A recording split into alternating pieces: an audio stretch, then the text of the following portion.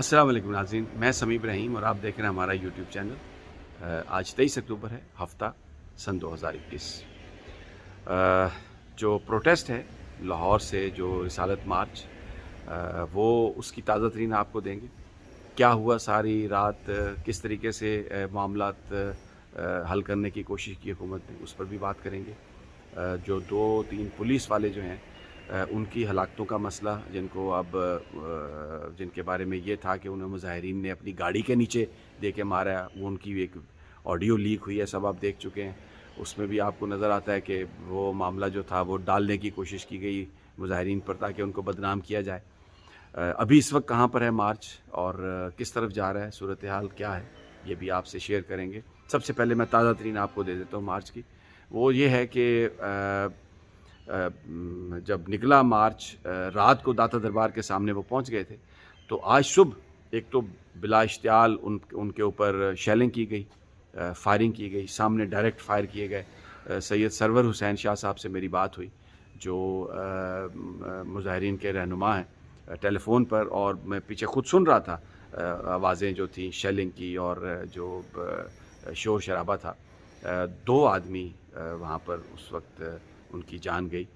एक को सीने में गोली लगी और दूसरे के सर में गोली लगी, और कुछ 15-16 लोग ऐसे जो शदीद ज़ख्मी थे उस वक्त, और उनको हॉस्पिटल ले जाने की भी इजाज़त नहीं दी जा रही थी।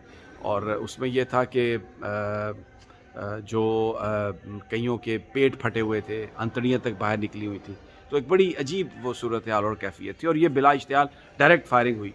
अब पीसफुल प्रोटेस्ट जो है वो तो लोगों का हक है, और उसको हुकूमत का काम है कि वो उसको फैसिलिटेट करे, बट अनफॉर्चुनेटली ऐसा नहीं हुआ। तो वो एक तो अच्छा, फिर उसके बाद ये हुआ कि लोग जो थे उनकी तादाद में बहुत इजाफा हुआ, शदीद इजाफा हुआ, इसलिए कि जो जब ये ख़बरें, और हालांकि इंटरनेट और टेलीफोन सर्विस जो थी वो मुतासर थी, बंद थी, लेकिन लोगों की तादाद में इजाफा हुआ। अब सूरत हाल ये है कि पुलिस भाग निकली है वहाँ से, और कंटेनर्स जो हैं मुजाहिरीन ने खुद से हटा दिए, और उसके बाद रावी का पुल क्रॉस किया। रावी पुल क्रॉस करने के बाद शदर्रा से वो आगे आ गए हैं। शदर्रा भी उसका कुछ हिस्सा क्रॉस कर लिया मुजाहिरीन ने। पुलिस जो है वो भाग चुकी है, और जो तादाद है, मैं कोई एग्जेजरेट नहीं कर रहा, वो 20-22 हज़ार से ज़्यादा तादाद है, और लोग उसमें इजाफा होता जा रहा है। तो ये इस वक्त ताज़ा तरीन सूरत हाल है, लेकिन लोग बिल्कुल निहत्ते हैं, उनके पास कोई असला नहीं है, उनके पास किसी तरह की कोई चीज़ नहीं, और कोई बंदा भी वायलेंस को इंटाइस नहीं कर रहा। मैं ये जो वीडियो कर रहा हूँ, कतई तौर पे मेरा मकसद नहीं है कि पाकिस्तान में वायलेंस हो, लोग कानून अपने हाथ में लें, लेकिन एक जो बड़ी बात है, ये सारा इशू हुआ क्यों?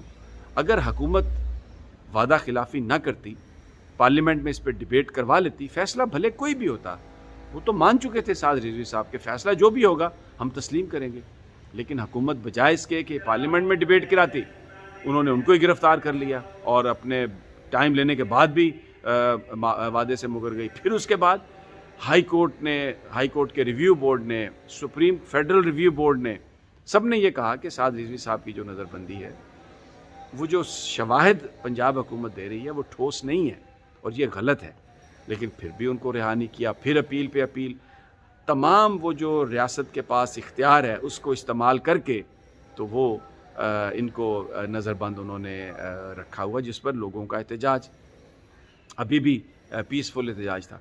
तो जो मज़ाकराती टीम बनाई गवर्नमेंट ने, ज़हीर साहब की और राजा बिशारत साहब की, वो तो मुजाहिरीन ने इनकार कर दिया। उन्होंने कहा जी मुज़ाकरात तब होंगे जब साद रिजवी साहब हमारे पास आएंगे, यहाँ पर बैठेंगे, और फिर उनके मौजूदगी में मुज़ाकरात होंगे, तो हम उसको तस्लीम करने के लिए तैयार हैं, क्योंकि पहले भी मुज़ाकरात हो चुके थे। अब तो अमल दरामद का ज़रूरी था मुआहदे पे, उसकी बजाय आप फिर मुज़ाकरात, तो वो उन्होंने वापस भेज दिए। अब वज़ीर आज़म साहब ने शेख रशीद को वापस बुलाया और उनसे कहा है कि जी आप वापस आ जाएं। वो अब देखें ना, आप शेख रशीद साहब मुज़ाकरात करते रहे पहले, और अब वो चले गए मैच देखने के लिए। कहाँ? UAE। मुझे ये बताइए, कौम एक हिजान में मुब्तला है, और शेख रशीद साहब जो हैं वो मैच देखने के लिए छुट्टी लेके चले गए। लेकिन इस तरीके से वो बच नहीं सकते। अगर वो ये समझते हैं कि वो सारी सूरत हाल से अपने आप को बचा लेंगे, ये कहकर कि ये लबैक वाला मामला जब हुआ तो मैं यहाँ पर नहीं था, मैं तो मुल्क से बाहर था। कोई बंदा इस बात को तस्लीम करने के लिए तैयार नहीं होगा। तो अब वो वापस आ गए हैं। ज़रूरत है इस बात की कि आप साद रिज़वी को रिहा करें और फिर आप उनके साथ बैठकर मुज़ाकरात करें। पार्लियामेंट में वो कह रहे हैं कि आप इसको आपने डिबेट करनी है इस मसले को, तो उसकी कोई किसी तारीख़ का ऐलान कर दें, पार्लियामेंट इस पर डिबेट कर लेगी और कौम जो है ना इस हिजान से उसकी जान छूट जाएगी। अब ये एक इस वक्त दूसरा जो एक बड़ा अहम मामला है वो ये है कि हर तरफ से बंद कर दिया गया है शहर में सड़कों को। लाहौर शहर तमाम सड़कें बंद कर दी हैं। लोगों को बड़ी शदीद प्रॉब्लम्स हैं। किसी ने इम्तिहान देने जाना है, किसी ने हॉस्पिटल जाना है, किसी ने अपनी जॉब पे जाना है, हर चीज़ बंद हो चुकी है। और मुझे इतने टेलीफोन मैसेजेस और इतना सब कुछ आ रहा है, लेकिन कुछ नहीं हो सकता। शहर बंद कर दिया। और इसी तरह पिंडी और इस्लामाबाद के बीच में ट्रैफिक सस्पेंड है, मेट्रो सर्विस बंद कर दी गई है। और ये कहा जा रहा है कि जी ये इसलिए कर रहे हैं कि मुजाहिरीन यहाँ पर आ जाएंगे। मकसद क्या है? लोगों को तकलीफ़ हो और लोग इन मुजाहिरीन को बुरा भला कहें। अभी भी सोशल मीडिया पे लोग कह रहे हैं कि जो नबी के आशिक हैं वो किस तरह लोगों को तकलीफ़ दे सकते हैं। अब ये तकलीफ़ नबी के आशिक नहीं दे रहे, ये दे रहा है कौन दे रहा है? ये हुकूमत ने सब कुछ किया है। हुकूमत बंद कर रही है, हुकूमत ने वादा खिलाफ़ी की है। मुझे बताया ना, नूरुल हक कादरी साहब ये कहते हैं कि किसी जत्थे को इस बात की इजाज़त नहीं दी जा सकती कि वो ताकत के ज़ोर पर हुकूमत को मजबूर करे।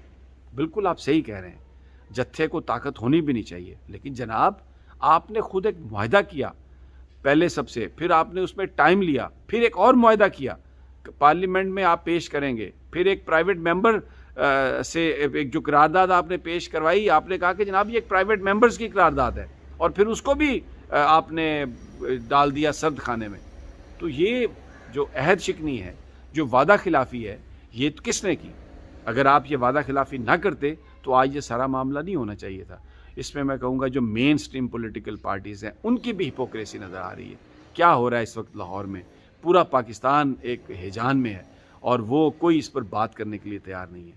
मुझे बहुत अफसोस है जमात इस्लामी की क़यादत पर, मौलाना फजलुर रहमान साहब पर, कि आप तो रिलीजियस पॉलिटिकल पार्टीज़ हैं, कम अज़ कम नामूस रिसालत के इशू पर कोई सोच सही है, ये सही है, लेकिन आप एक ब्रिज का किरदार अदा कर सकते थे। There is a need to rise above the person likes and dislikes, और इस पर एक डिबेट करवाएं।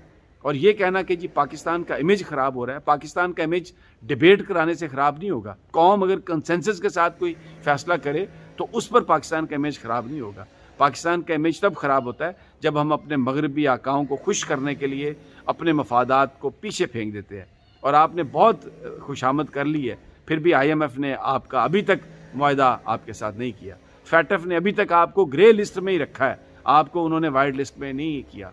तो इसलिए पाकिस्तान की रियलिटीज़ को समझें। ये पाकिस्तान के लोग हैं, इनको एलियन मत समझें।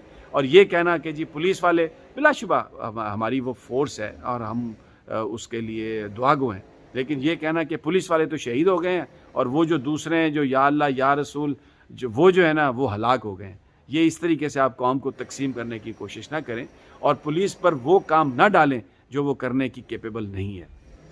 ताज़ा तरीन आपको देते रहेंगे। इजाज़त दीजिए, इंशाल्लाह जल्द मुलाकात होगी। अल्लाह निगहबान।